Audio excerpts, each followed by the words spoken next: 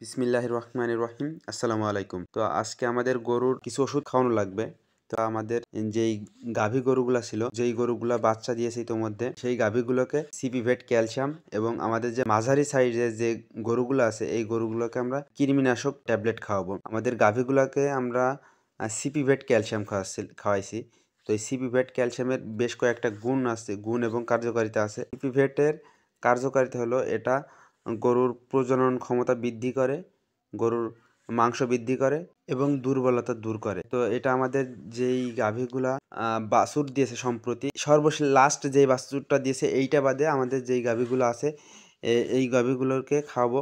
এটা অনেকে যখন গরু প্রেগনেন্ট থাকে তখনও খাওয়ায়, আবার অনেকে বাচ্চা দেওয়ার পরে খাওয়ায়। তো আমরা মূলত গরুর বাচ্চা দেওয়ার পরেই খাওয়াই। তো এই সিপিভেট খাওয়ানোর মূল উদ্দেশ্য আমাদের এই গরুগুলা যেহেতু প্রচণ্ড শীত এখন, এই মাঝখানে পর্যাপ্ত পরিমাণে গরুকে খাবার দিতে পারিনি, এই জন্য ক্যালসিয়ামটা খাওয়াচ্ছিলাম। এটা যে পরিমাপ, এটা পূর্ণবয়স্ক গরু প্রত্যেক দিন 100 গ্রাম করে খাওয়ানো। আমরা একটা আনুমানিক 100 গ্রাম ঢেলে নিয়ে আমরা এইভাবেই খাওয়াই। খুবই শক্তিশালী, এদের সঙ্গে আমরা পেরে দিই না। তো এই জন্য আমরা মুকলে দড়ি বেঁধে নিয়ে এরপর খাওয়াই। আমাদের গরু এইভাবে আমরা অভ্যস্ত করছি। অনেকে অনেক রকম ভাবে চেষ্টা করে, কিন্তু আমাদের কাছে এটাই সহজ হয়। আর আমাদের যে মাঝারি সাইজের যে 3টা গরু ছিল এই গরুগুলোকে কৃমিমুক্ত করার সময় হয়ে এসেছে।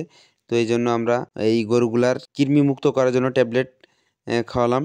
তো এটা প্রত্যেক 50 কেজি ওজনে একটা করে কৃমিনাশক বড়ি খাওয়াতে হবে। যে 3টা গরুকে কৃমিমুক্ত করলাম, এই 3টা গরুর প্রত্যেকটারই ওজন ছিল 70 থেকে 75 কেজির আশেপাশে। 3টারই একটা আস্ত এবং একটার অর্ধেক করে বড়ি খাওয়ালাম। তো এই বড়িতে আমাদের ইনশাল্লাহ আমাদের গরু কৃমিমুক্ত হয়ে যাবে।